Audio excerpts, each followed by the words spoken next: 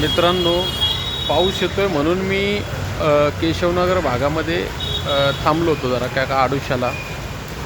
समोर दुकान आहे हुसेन पॉवर टूल्स, त्याच्या बाजूला बिरजू म्हणून आहे, त्याच्या बाजूला एक मला वाटतं टूल्सचं दुकान आहे महफूज. त्यानंतर एक लेडीज पार्लर आहे, त्याचं नाव अनयाज आहे. त्यानंतर बाजूला थांबलो, इथं किस्मत चिकन सेंटर आहे.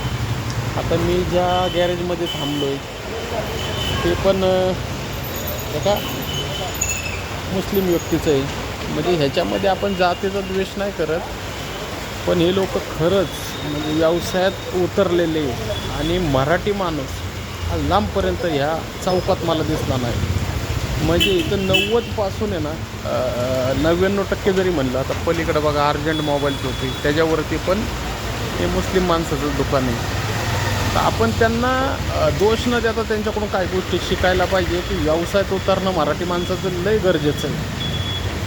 म्हणजे इथं 90 ना 100 पैकी 100% सगळी दुकानं हे मुस्लिम समाजाची. धन्यवाद.